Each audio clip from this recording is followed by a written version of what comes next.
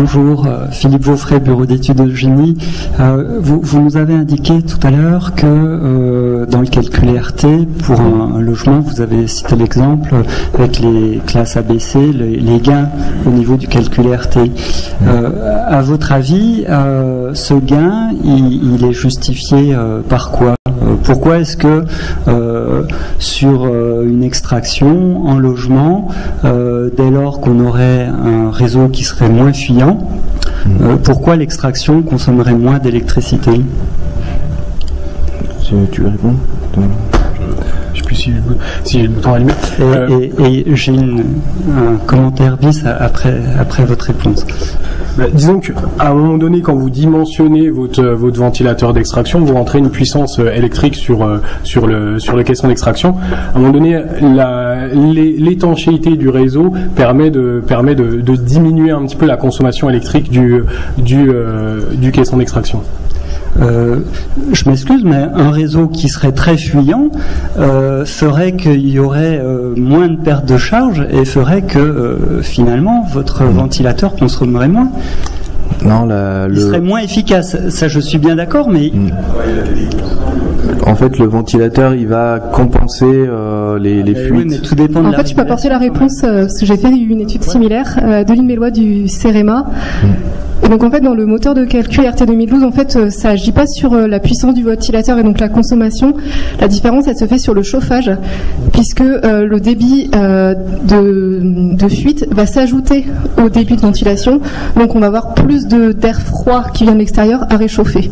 Donc la différence elle se fait sur le poste de chauffage et non pas sur le poste d'électricité du ventilateur. Oui, mais encore une fois, bon, c'est peut-être un petit peu technique, mais dès lors qu'on a un réseau qui fuit, alors tout dépend du mode de régulation, mais c'est quand même, il y a quand même beaucoup de bâtiments où il n'y a pas de la régulation, elle est, enfin il n'y a pas d'organe de régulation au niveau de la vitesse. Et, oui. Voilà, maintenant, mais je dirais sur du logement, voilà, des bâtiments plus anciens, les caissons de ventilation. Enfin, il n'y a pas de régulation sur le débit et donc un réseau fuyant fait plutôt que il y a moins de consommation électrique. Vous avez partiellement raison, ouais. Mais en fait, il faut distinguer le calcul de ce qui arrive dans la réalité. Ce qui arrive dans le calcul, c'est que dans la RT, on suppose, par hypothèse de base, que les débits aux bouches sont respectés. C'est ça. Donc, à partir de ce moment-là, voilà, tout ce que vous avez comme fuite vient se rajouter. Mais alors du coup, la réglementation hygiène est respectée, voilà, à la base. Et du coup, je trouve que c'est plutôt dangereux de dire, dès lors qu'on aurait effectivement des bons résultats sur la classe, parce qu'on a moins de consommation d'électricité d'après le calcul RT, alors à ce moment-là, on peut peut-être mettre un petit peu moins d'isolant sur l'enveloppe. Je trouve que là, c'est quand même, vous voyez, c'est quand même assez risqué, parce que je pense que le gain, il est peut-être pas dans ce sens. C'est un calcul de coût économique principalement pour les promoteurs. C'est vrai que plus on a de l'étanchéité sur le réseau, on a une meilleure mise en œuvre. On a juste à faire une mesure qui coûte un certain prix en fin de chantier sur le réseau et derrière on peut économiser pour avoir le même CEP en fait, économiser sur les isolants ou autre. C'est quand même que le bâtiment il consomme moins, c'est pas qu'il a un CEP. S'il a le même CEP, normalement il consomme la même chose, théoriquement. Bon, si je peux me permettre, je fais aussi des mesures de réseau et je voulais juste amener une précision sur la classe A où vous avez dit la classe A, la classe B un petit peu plus, la classe C un petit peu plus. Donc la classe B c'est le cube de la classe A. Donc et la classe C c'est puissance 9. Oui. Donc quand les bureaux d'études qui sont présents appuient sur une touche A ou une touche C pour le plombier, c'est énorme. Je voudrais savoir si vous avez trouvé des classés quelque part. On ne parle pas de réseau rectangulaire, on ne parle pas de double flux. Et pour ma part, les mesures, j'ai du mal à avoir des bons résultats pour X raisons. Alors, en effet, effectivement, je l'ai pas précisé qu'il y avait un facteur 3 à chaque classe d'étanchéité. C'est vrai que quand on passe de la classe A à la classe par défaut, il y a un facteur 2,5, ensuite 3. Une puissance, ouais. Pas un facteur. Bah du coup. Oui, si vous voulez, mais enfin, essayez. Voilà, ça multiplie par 3, oui. C'est pas, oui. Ce qui donne effectivement au cube, si on prend à deux niveaux entre B et D par exemple. Mais disons que ce qui est en réalité les mesures qu'on a pu faire sur les différentes opérations, effectivement, la classe C et B, c'est déjà, en tout cas la classe A est atteignable par une bonne mise en œuvre avec des accessoires adjoints. Mais effectivement, je vous rejoins assez sur la classe B et la classe C. La classe D, j'en parle pas, même si j'ai déjà vu des retours de mesures où on atteignait la classe D. Après, quelle est la pertinence du test, je sais pas. Mais effectivement, c'est pas anodin de changer la classe d'étanchéité du réseau, et il faut que le thermicien en soit bien conscient. On est d'accord là-dessus. Enfin, dans mes propos, c'était surtout apprenons à faire la classe A correctement avant d'essayer d'aller un petit peu plus loin. Ça sera déjà pas mal, parce que c'est déjà assez compliqué. Et deuxièmement, c'est les accessoires adjoints.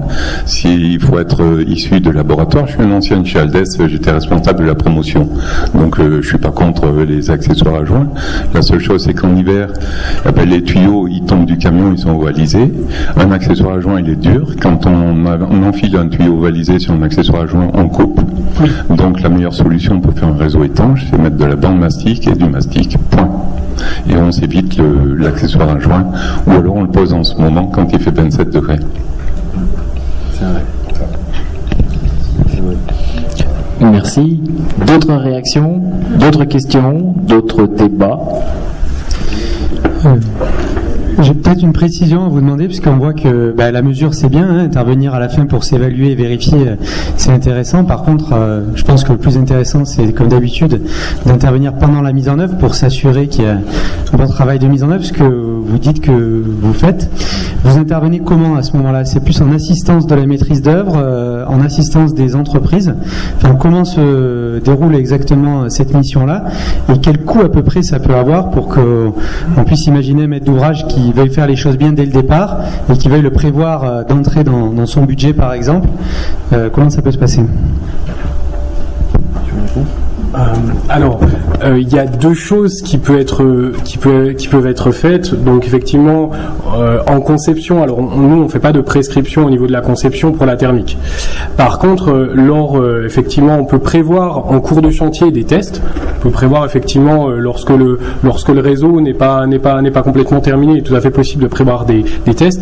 Maintenant, pour les visites de suivi de chantier, alors je sais pas si Guillaume en a parlé. On fait plus de la suite chantier. Enfin, pour mon cas, sur le global au niveau de la certification. On fait pas spécialement du suite chantier au niveau de la ventilation.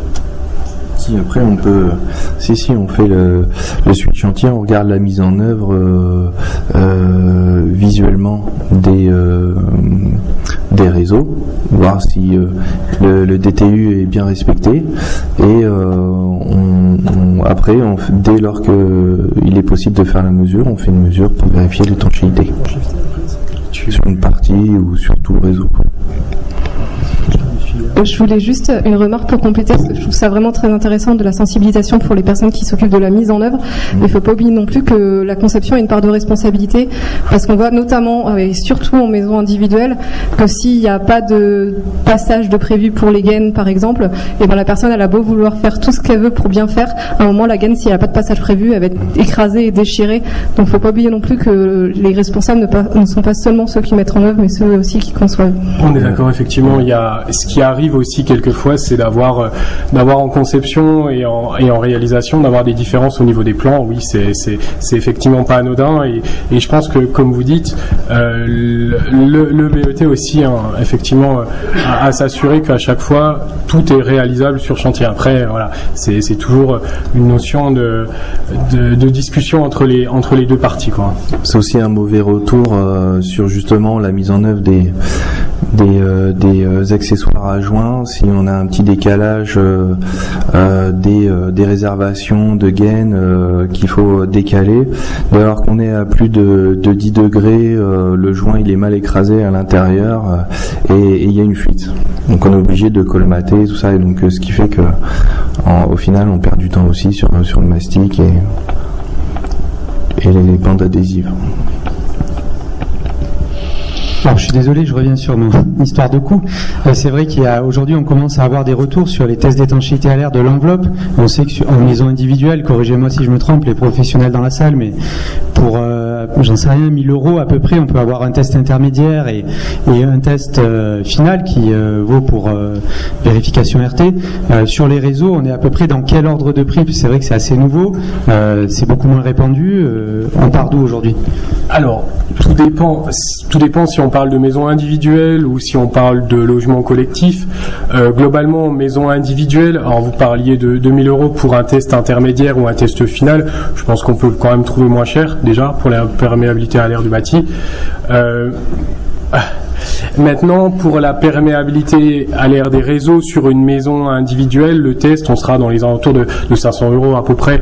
Après, c'est le temps passé sur l'opération qui prime. Et sur le rapport qui est pour l'instant. Certains, disons qu'il y a des logiciels qui existent qui permettent de gagner du temps sur la perméabilité du bâti.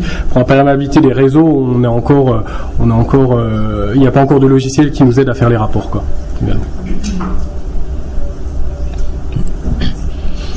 Et pour le collectif, je sais pas si c'était la question également. Collectif, ça dépend grandement de la taille du collectif, du nombre de mesures à réaliser donc là, on va clairement compter, en tout cas pour notre part, au temps passé sur l'opération, sachant que si on échantillonne et qu'on fait peut-être une dizaine de logements, donc 5-6 gaines de ventilation, on va passer une demi-journée sur place, une journée dans le pire des cas, plus le rapport et l'échantillonnage. L'échantillonnage prend du temps à calculer, puisqu'il faut vraiment calculer l'ensemble du réseau, donc ça c'est long.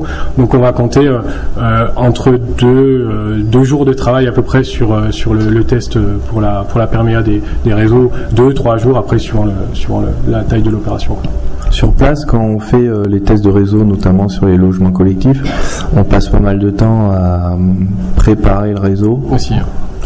La déconnexion du caisson, mettre les vessies sur toutes les bouches du réseau qu'on va tester. On fait un premier test, si ça passe pas, donc on fait la recherche de fuite. Si le plombier, souvent le plombier nous accompagne, il répare entre guillemets là où il y a les fuites, et après on refait un deuxième test et souvent ça passe.